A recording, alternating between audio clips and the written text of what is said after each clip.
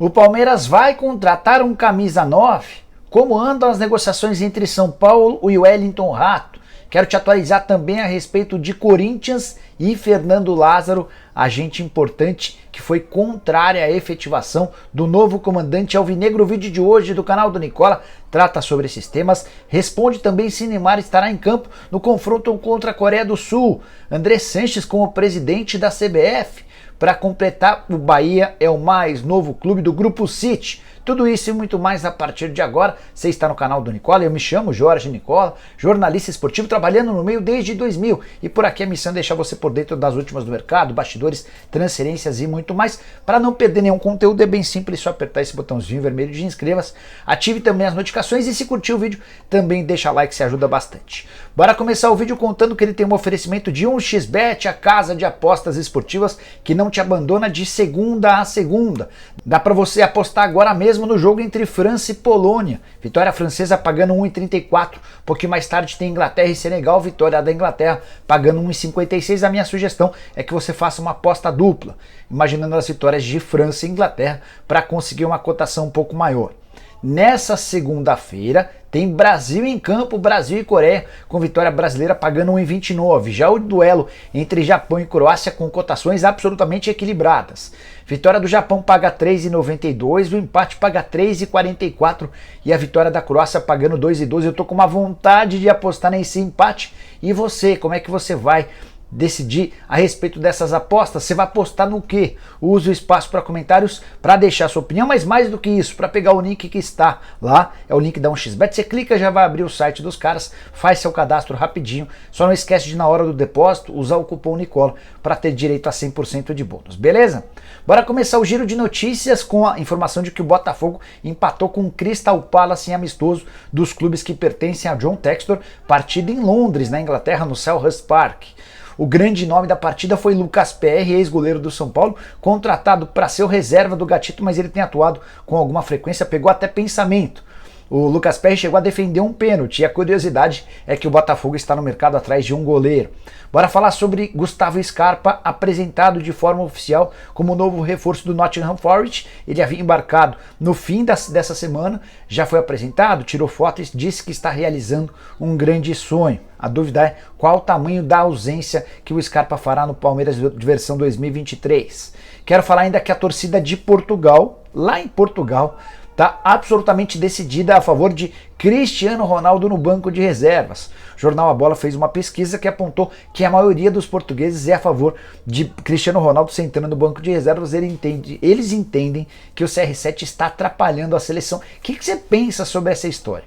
Para completar, quero falar sobre o filho do Marcelo, ex-lateral esquerdo da seleção, o Enzo Alves. Ele acaba de assinar contrato com o Real Madrid, jogador de apenas 13 anos de idade, atacante. Há quem garanta que esse menino é mais talentoso do que o pai, está nas categorias de base do Real Madrid desde 2017.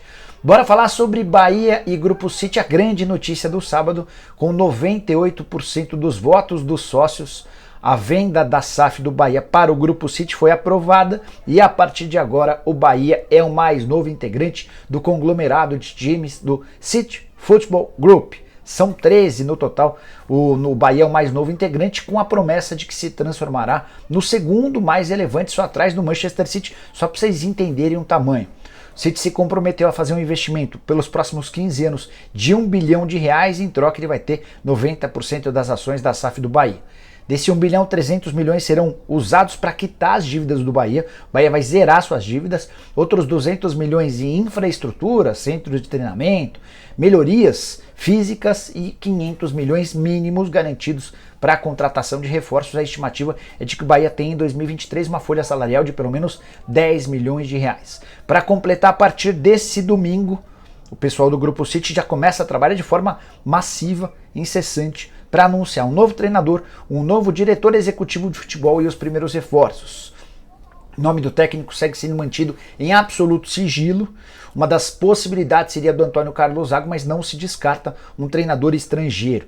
A respeito do executivo de futebol, o mais cotado, aquele mais desejado, é João Paulo Sampaio, que trabalha nas categorias de base do Palmeiras e faz enorme sucesso. Para completar sobre reforços, Lucas Mugni, atleta que foi destaque durante a temporada de 2022, já aceitou a renovação de contrato por 2 temporadas. O Ricardo Goulart ainda não tem um acerto com a diretoria do Grupo City. Por outro lado, reforços, o mais badalado, aquele mais esperado, é o Wesley, atacante de 23 anos de idade, que pertence ao Palmeiras. Bora mudar de assunto e falar sobre Fernando Lázaro no Corinthians. A efetivação do treinador, que era auxiliar técnico, membro da comissão fixa do Corinthians, rendeu cornetadas de torcedores e não foi tão bem digerida entre os principais aliados de Duílio Monteiro Alves. Recebi a informação de que foi o presidente sozinho quem decidiu bancar o Fernando Lázaro. Se dependesse do Roberto de Andrade, que é o vice de futebol, e do Alessandro, que é o gerente de futebol, o Corinthians teria tomado uma outra atitude. Eles prefeririam um outro treinador para 2023. Duílio entendeu que era a decisão correta a ser feita, porque aposta no Fernando Lázaro, porque acha que ele pode dar conta do recado. Se o Lázaro se mostrar um erro, a responsabilidade vai ser toda do Duílio, assim como se for um acerto, o mérito também vai ser do atual presidente.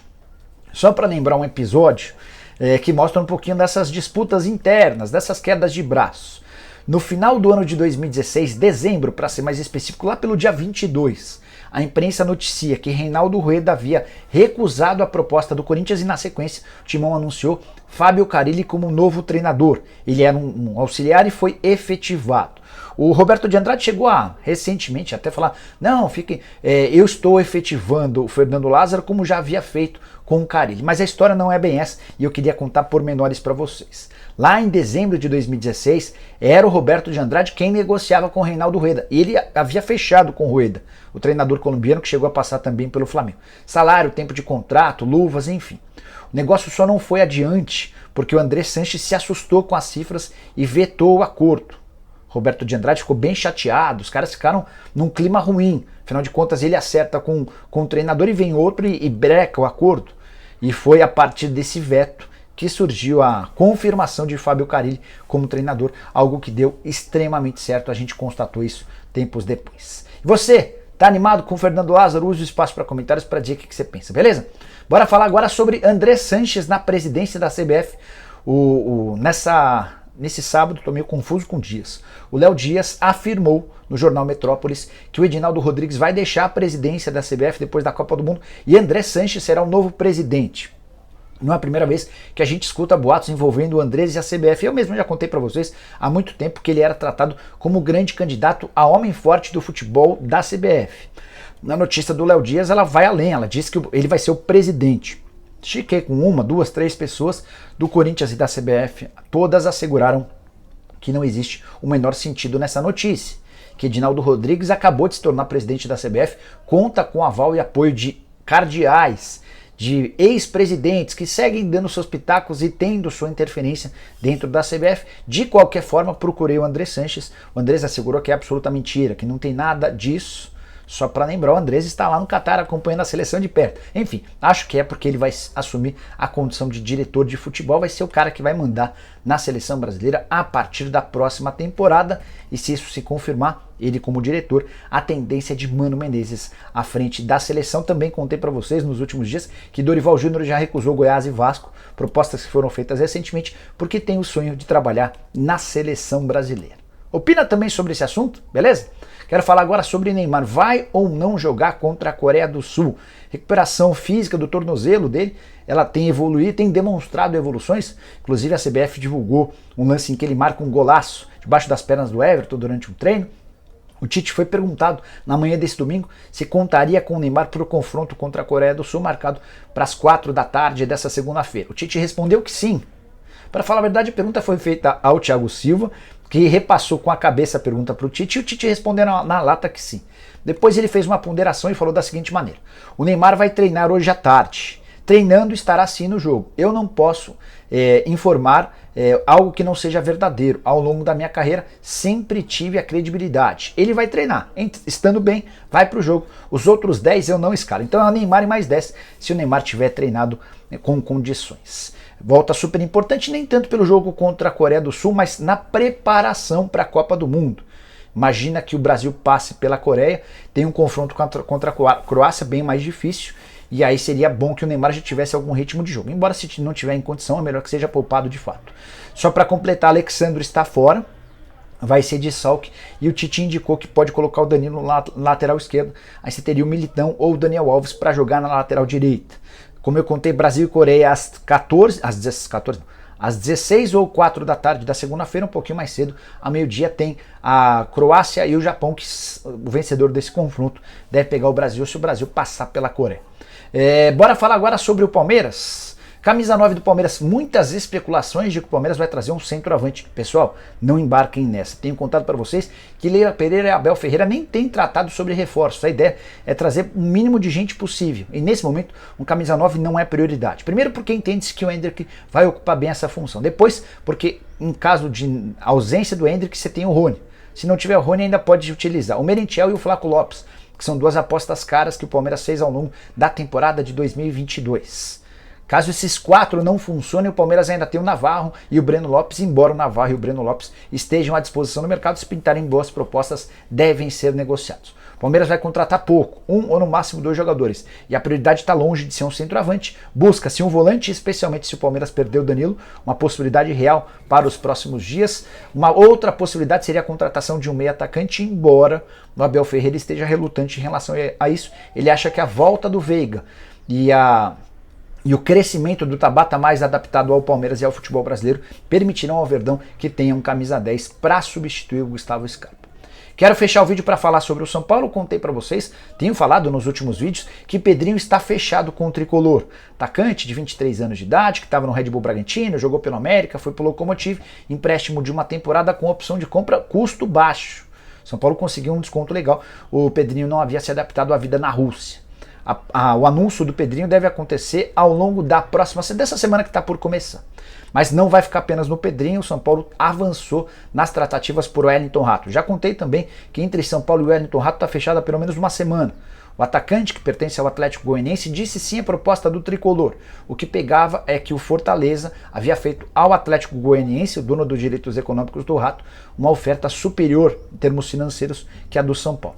Então, a situação era a seguinte: o Rato disse sim ao São Paulo e o Atlético Goianiense disse sim ao Fortaleza. Para tentar resolver o problema, o São Paulo procurou o Atlético Goianiense oferecendo jogadores. Aí chegou-se à conclusão de que não haveria jogadores disponíveis no São Paulo para jogar a Série B. O pessoal do Tricolor não iria querer jogar a segunda divisão pelo Atlético Goianiense. Descartou-se um empréstimo de atletas e São Paulo e Atlético Goianiense negociam um valor superior ao primeiro feito pelo São Paulo.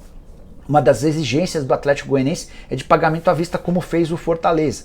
São Paulo quer pagar uma boa parte agora, condicionando o restante a parcelas nos próximos meses. Acho que, percepção que eu fiquei conversando com Adson Batista e com gente do São Paulo, é que o acordo vai sair com o tricolor, especialmente por causa da vontade do Wellington Rato, que quer jogar no São Paulo, com 2 atacantes de lado de campo, o Wellington Rato e o Pedrinho, mais a volta do Caio, jogador que havia atuado na Copa São Paulo e se contundiu, lesão séria no joelho. São Paulo deixa de ter a posição de atacante de lado de campo como prioridade. Vai buscar um centroavante para ser um reserva imediato do Caleri, vai buscar um meio atacante, enfim, vai tentar dar uma bela melhorada, até porque o Tricolor já perdeu 6 jogadores. Se você curtiu o vídeo, deixa like, se inscreve no canal. A gente volta mais à tarde ou à noite com o vídeo e com o programa do Nicola. Abraço, tchau!